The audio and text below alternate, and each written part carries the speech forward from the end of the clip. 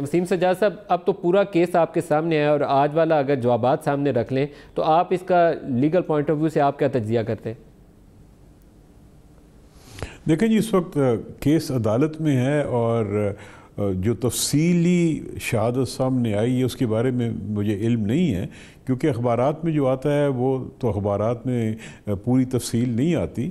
لیکن مجھے یوں لگ رہا ہے کہ اس وقت جو میاں صاحب کی ٹیم ہے لیگل، وہ سیاسی اثرات کو اتنی پرواہ نہیں کر رہے، وہ لیگل سائڈ پہ زیادہ توجہ دے رہے ہیں. وہ سوچتے ہیں کہ اگر سیاسی لحاظ سے کوئی نقصان ہوتا ہے تو ہونے دیں، لیکن لیگلی ہم اپنا کیس کو زیادہ مضبوط کریں.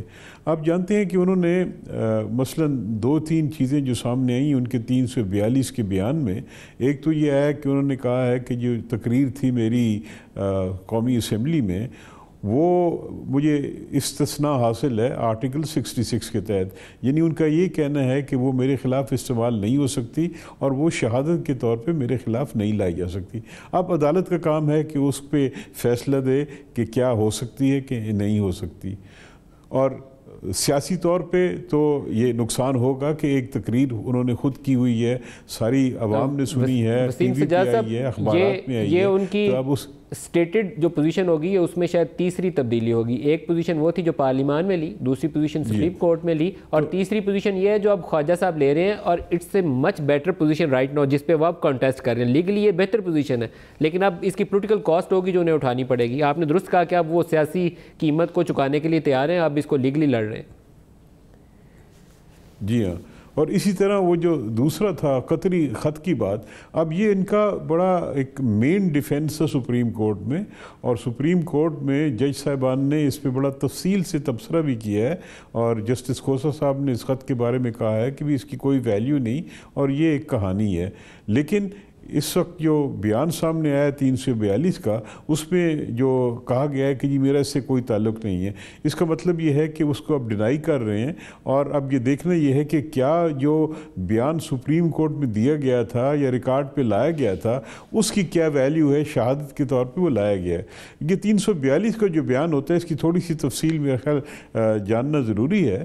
جب ساری شہادت سامنے آ جاتی ہے تو جتنا بھی مٹیریل ایک ملزم کے خلاف ہوتا ہے، جو شہادت ہوتی ہے، اس کے بارے میں ملزم کو سوالات پوچھے جاتے ہیں، اور یہ سوالات اس کو پوچھے جاتے ہیں بغیر حلف دیے. یہ اس کا حق ہوتا ہے. اور اگر کوئی ایسا مٹیریل ہے، کوئی ایسی شہادت ہے جس کے بارے میں سوال نہ پوچھا گیا ہو، تو وہ ملزم کے خلاف استعمال نہیں ہو سکتی. یہ کافی ایک اہم بیان ہوتا ہے، یہ اس کا ڈیفینس ہوتا ہے، اور نیچرل جسٹس کا تقاضا ہوتا ہے کہ اس سے پوچھا جائے. تو اب وہ دیکھنا یہ ہوگا کہ اس کیس کے تناظر میں کیا شہادت آئی ہے اور ان بیانات کی روشنی میں کیا کیس بنتا ہے. وہ تفصیل ابھی سامنے نہیں ہے، لیکن سیاسی طور پہ آپ دیکھ رہے ہیں کہ تنقید شروع ہو گئی ہے، اور میرے خیال میں یہ سیاسی قیمت دینے کو تیار ہیں. وہ چاہتے ہوں گے کہ ہمارا قانونی کیس مضبوط ہو تاکہ ہم لیگل جو کانسیکوینسز ہیں اس سے نکل جائیں، اور سیاسی جو بھی ہوگا وہ دیکھا جائے گا. اچھا وسیم سجاد صاحب، آپ کے ذہن میں ہے کہ ہیلی کاپٹر کیس میں قطری کا خط کس نوعیت کا تھا؟ ہیلی کاپٹر کیس میں نہیں آیا تھا جی، یہ آیا تھا جو لندن فلیٹس کے سلسلے میں آیا تھا. یہ تو بعد والا پاناما والا ہے، یہ پاناما والا ہے، یہ پاناما والا ہے سر. ہیلی کاپٹر کیس تھا جو 90 کی دہائی کے اوائل میں آیا تھا، جب پرائم منسٹر پہلی دفعہ میاں صاحب بنے تھے. جی تو اس میں مجھے یاد نہیں ہے جی، میں آف دی ریکارڈ کوئی بات کرنا مناسب نہیں ہوگا.